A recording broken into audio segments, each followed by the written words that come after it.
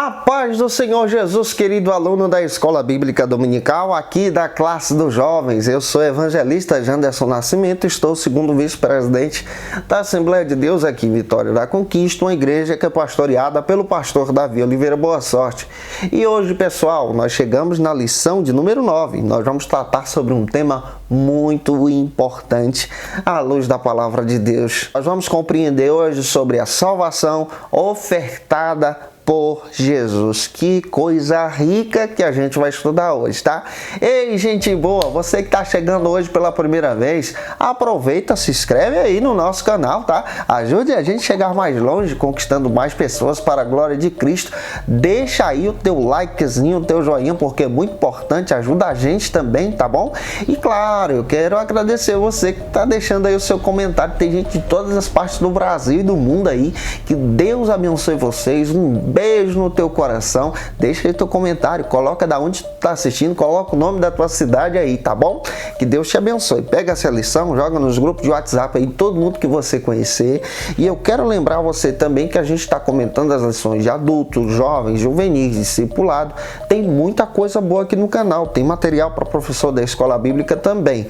É claro que é importante você iniciar a tua lição pelo texto bíblico da lição e observar que a tua lição também tem 3 objetivos. E fica ligado, gente boa, a tua lição hoje tem 3 pontos, então vamos lá, vamos estudar a palavra de Deus. Vamos para o primeiro ponto da lição, vai tratar sobre o seguinte argumento.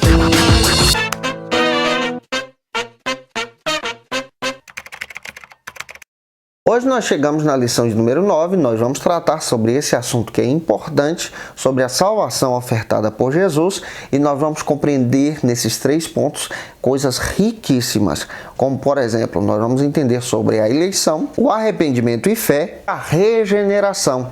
Então vamos lá, o primeiro ponto vai trabalhar com a gente sobre a eleição. E esse ponto está dividido em alguns subtópicos e a gente precisa compreender a respeito dessa eleição à luz da nossa compreensão no viés pentecostal. O primeiro subtópico do ponto número 1 da nossa lição diz que a eleição é uma doutrina fundamentada biblicamente. A Bíblia demonstra que a eleição é coisa de Deus. A Bíblia descreve para a gente que a eleição ela é fundamentada na soberania de Deus. A Bíblia também traz para a gente vários textos bíblicos que falam a respeito da eleição. Nós não podemos excluir a eleição. Essa eleição é a escolha de Deus em nos chamar para a sua salvação. Só que um pequeno detalhe que a gente precisa compreender. Deus aqui, quando Ele trabalha conosco na eleição, Ele chama a todos e não somente a alguns.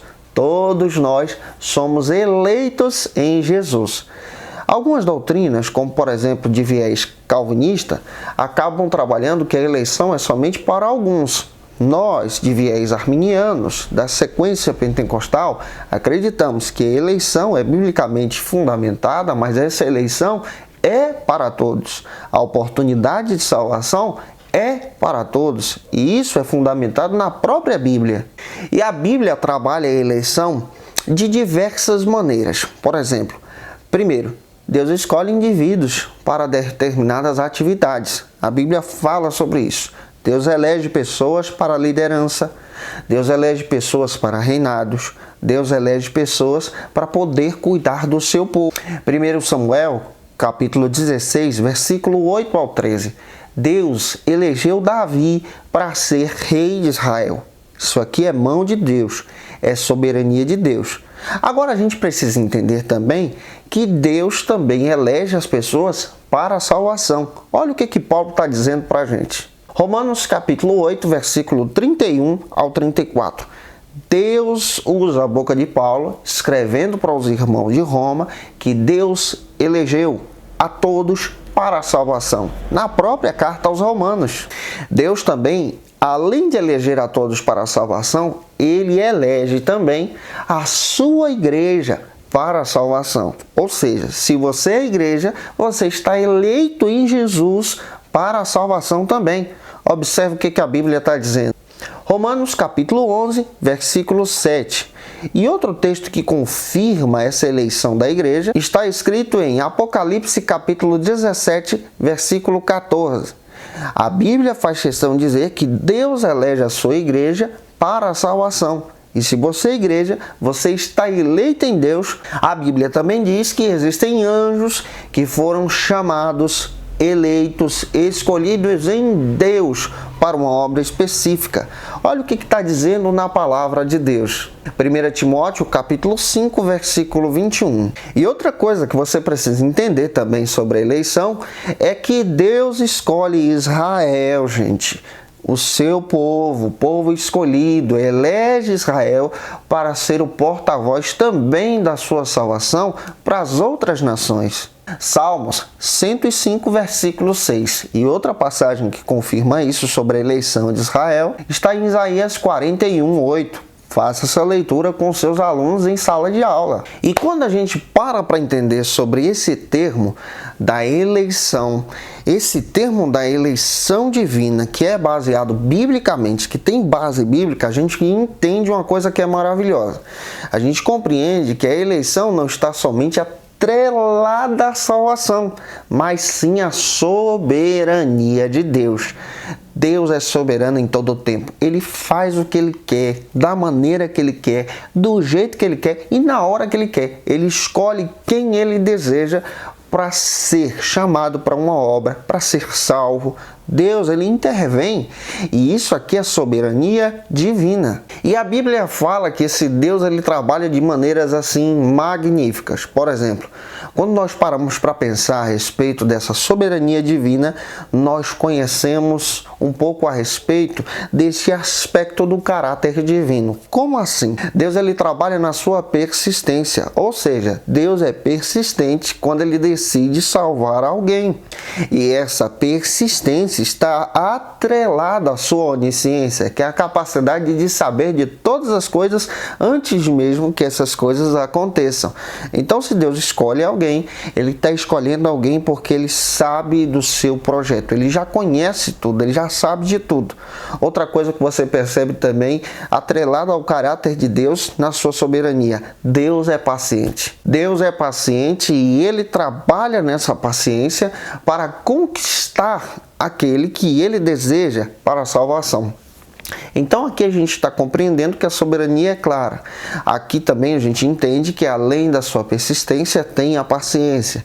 Aqui também a gente percebe à luz da palavra de Deus que Deus trabalha na sua benevolência.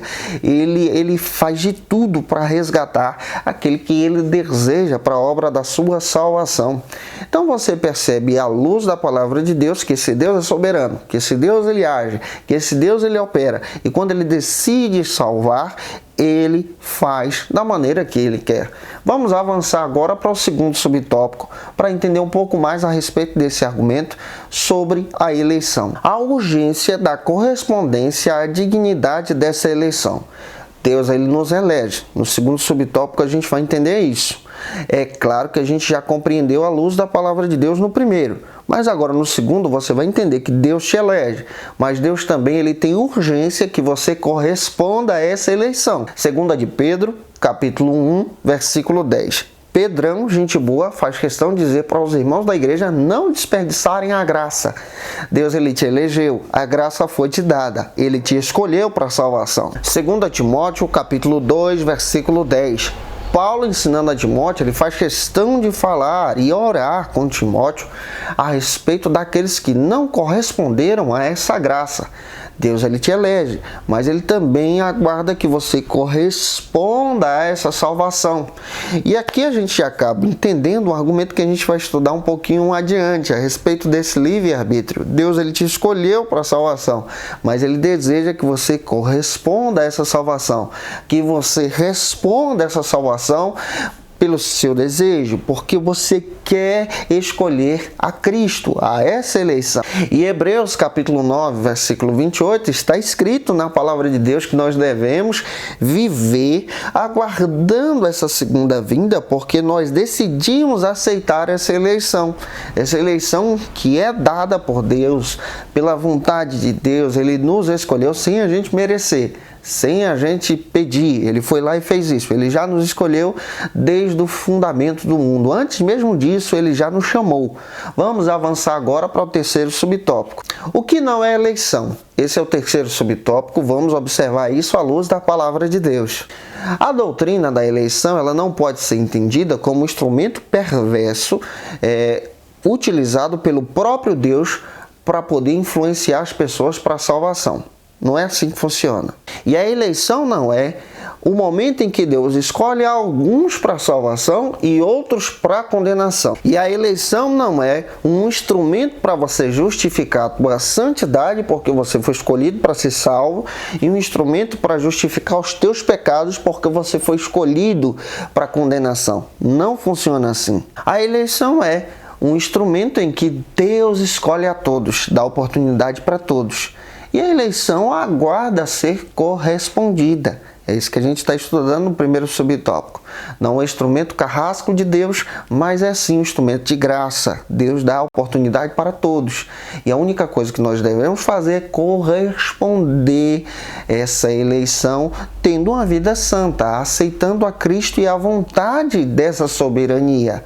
Deu para pegar? Eu espero que Deus em Cristo possa falar com você na aula de hoje, tá bom? Vamos avançar agora para o segundo ponto da nossa lição aqui da classe dos jovens, que vai tratar sobre o seguinte argumento: o arrependimento e fé. Esse é o segundo ponto da nossa lição e ele vai demonstrar para a gente o que é na realidade arrependimento. E vamos observar isso em 3 subtópicos, tá bom?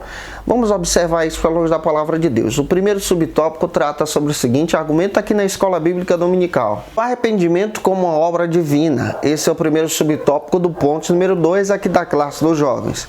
A palavra arrependimento vem do grego metanoia, que significa mudança de mente, mudança de atitude. De acordo com Tito, capítulo 1, versículo 16, está escrito na palavra de Deus, Paulo escrevendo essa carta pastoral para Tito, que toda a humanidade, infelizmente, foi afetada pelo pecado. E esse pecado afetou gerações e gerações, até os nossos dias. Porém, através da graça de Deus, Deus nos dá a oportunidade pela sua soberania. E essa oportunidade dada por sua soberania é manifestada em Cristo na cruz do Calvário. Hebreus capítulo 2, versículo 10. Romanos capítulo 2, versículo 4.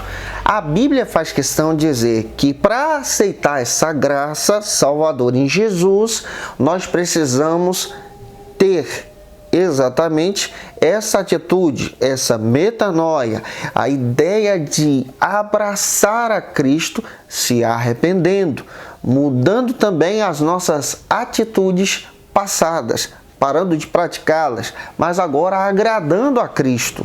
E Tito, capítulo 2, versículo 11, está escrito na palavra de Deus que a graça agora é projeto de Deus, a salvação é projeto de Deus dada, ofertada a todos os homens, todas as gerações, todos aqueles que desejam ser salvos. E o caminho para poder abraçar essa salvação é através do arrependimento. Atos capítulo 17, versículo 30, está escrito que a salvação agora está acessível a todos. E aqui a gente já entende, à luz da palavra de Deus, que a salvação não é somente para alguns, mas é acessível para todos. E o caminho que te leva a essa acessibilidade é o arrependimento. Eu espero que você tenha compreendido esse primeiro subtópico. Agora nós vamos para o segundo subtópico, que vai tratar sobre o seguinte argumento aqui na classe dos jovens. A missão de Cristo é chamar os pecadores ao arrependimento. Esse segundo subtópico demonstra para a gente que Deus ele manifesta a graça, ele manifesta a salvação, ele nos elege para a salvação. E a missão de Cristo é sempre nos chamar para esse arrependimento, para a gente entrar pela porta. Marcos capítulo 9, versículo 13. Faça essa leitura com os seus alunos para você entender que Cristo está te chamando para o arrependimento, para você ser salvo pela misericórdia e graça de Deus. E a gente precisa perceber, à luz da palavra de Deus, que o arrependimento ele é um processo. é uma escolha, é uma oportunidade que Deus dá. Aqui entra também o livre-arbítrio, como nós temos estudados aqui na própria Escola Bíblica Dominical. Deus ele não interfere nisso, mas ele te mostra, ele pavimenta o caminho, ele prepara tudo, ele é soberano, ele te escolhe, mas ele respeita isso. E a Bíblia faz questão de dizer que existem pessoas que não escolhem a Cristo e são levadas então para o caminho da condenação por escolha pessoal. 1 de Pedro, capítulo 4, versículo 17 e 18. Faça essa leitura com os seus alunos. Outro texto também que vai dar base para isso está em 2 Timóteo, capítulo 3, versículo 2 ao 5. Eu espero que Deus em Cristo use você na Escola Bíblica Dominical. Vamos avançar agora para o terceiro e último subtópico do ponto número 2 da nossa lição, que vai tratar sobre o seguinte argumento: o conteúdo da mensagem evangelística. A mensagem evangelística, nesse terceiro subtópico, é essa mensagem de salvação. Esse conteúdo aponta para Cristo, para o nosso único e suficiente Salvador. E o nosso objetivo como Igreja do Senhor é exatamente não centralizar o conteúdo dessa mensagem no homem, nas pessoas, no bem-estar, na felicidade humana, mas o conteúdo verdadeiro da mensagem bíblica, como a própria lição traz essa orientação, é apontar Jesus, é demonstrar para a igreja que a gente não foi chamado somente para poder estar presos em quatro paredes, mas sim nós fomos chamados para poder compartilhar o evangelho, para ir para a rua, gente, falar de Jesus, compartilhar a palavra de Deus nas nossas redes sociais, falar de Cristo em todo o tempo. E essa porta é dada para a gente a partir do arrependimento. Ou seja, se nós pregamos o arrependimento, precisamos viver o arrependimento.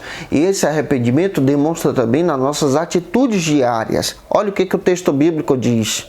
Atos capítulo 2, versículo 38. Quando a gente se arrepende, a gente muda para a glória de Deus. Quando a gente se arrepende, a gente agrada a Deus. Então, à luz da palavra de Deus, você percebe que a igreja precisa compartilhar essa mensagem e viver essa mensagem. Eu espero que Deus em Cristo use você na Escola Bíblica Dominical da tua igreja. Vamos avançar agora para o terceiro e último ponto da nossa lição aqui da classe dos jovens, que vai tratar sobre o seguinte argumento aqui na Escola Bíblica Dominical: a regeneração. Esse é o terceiro ponto da nossa lição e ele está trabalhando aí com a gente dois subtópicos. O que é isso? Regeneração. Vamos compreender a respeito desse argumento para a gente poder finalizar bem a nossa lição de hoje. O primeiro subtópico trata sobre o seguinte argumento: o que é regeneração? Esse é o primeiro subtópico do ponto número 3 da nossa lição aqui da classe dos jovens. Regeneração significa literalmente algo novo. Uma oportunidade nova que Deus dá para as pessoas, uma oportunidade de uma vida nova, de atitudes novas que demonstrem a Cristo. E essa oportunidade reflete para a gente essa oportunidade de ter exatamente a responsabilidade de demonstrar as atitudes como seguidores de Cristo. Ou seja, se a pessoa fumava, já não fuma mais porque ele é servo de Jesus. Se bebia, já não bebe mais porque é servo de Jesus. Se roubava, já não rouba mais porque é servo de Jesus. A atitude muda, o caráter é transformado e lapidado pelo Espírito Santo de Deus. Vamos agora para o último subtópico da nossa lição, do ponto número 3, segundo subtópico, que trata sobre o seguinte argumento: as características da regeneração na vida das pessoas, ou na vida da pessoa que escolhe a Cristo. Esse é o nosso último subtópico da lição de hoje. Quando Jesus conversa com Nicodemos, João capítulo 3, versículo 1 ao 12, ele demonstra a respeito dessa regeneração. Ele fala a respeito disso, sobre esse novo nascimento, sobre uma nova oportunidade de vida. E essa vivência passa pelo arrependimento. Esse novo nascimento passa também pela regeneração. Versículos 3 e 7 do capítulo 3 de João está escrito que essa regeneração é uma nova oportunidade de vida, dada através dessa salvação a partir do arrependimento. E aqui a gente precisa entender algo que é bem simples. A regeneração não é aquilo que você faz para agradar as pessoas. A regeneração não é aquilo que você faz em atitudes diárias, mas a regeneração ela nasce de dentro para fora. A mudança não é de fora para dentro. Quando você aceita Cristo, você não precisa mudar por causa da religiosidade. Mas quando você aceita Cristo, você é mudado de dentro para fora. É uma obra espiritual. É uma obra que transforma você. E 1 de Pedro, capítulo 1, versículo 23, é uma oportunidade de conhecer e prosseguir conhecendo a Cristo para a glória de Deus. A gente é regenerado em Jesus e temos sempre a oportunidade de ir conhecendo o Senhor diariamente. João, capítulo 3, versículo 8, diz que aquele que vive uma vida natural não consegue entender a regeneração. A regeneração parte de uma transformação de dentro para fora, conhecida também como a porta que leva para o arrependimento. Quem é regenerado, ele conhece o Pai, conhece Cristo, conhece o Senhor. Quem é regenerado consegue viver a experiência da salvação em Jesus. Quem é regenerado consegue ser um porta-voz do Senhor à luz do seu Evangelho. Gente, eu espero que Deus em Cristo possa ter abençoado você com a aula de hoje, tá bom? A gente já está se preparando também para o segundo trimestre da CPAD em 2020. Tem muita novidade chegando. Quer saber qual é o tema da próxima lição? Tempo de conquistas. Nós vamos estudar o livro de Josué. Vai valer muito a pena, tá? E já quero lembrar você que a gente já está gravando essas aulas e preparando tudo para você aqui no canal. Logo, logo a gente está postando aí para você conhecer todo o material. Que Deus em Cristo abençoe você. Um beijo no teu coração e até a próxima aula. Lembrando que a próxima aula, lição de número 10, já está disponível aí para você ter acesso a esse material para a glória de Deus. Um grande abraço, a paz do Senhor Jesus e até a próxima aula, se Deus quiser.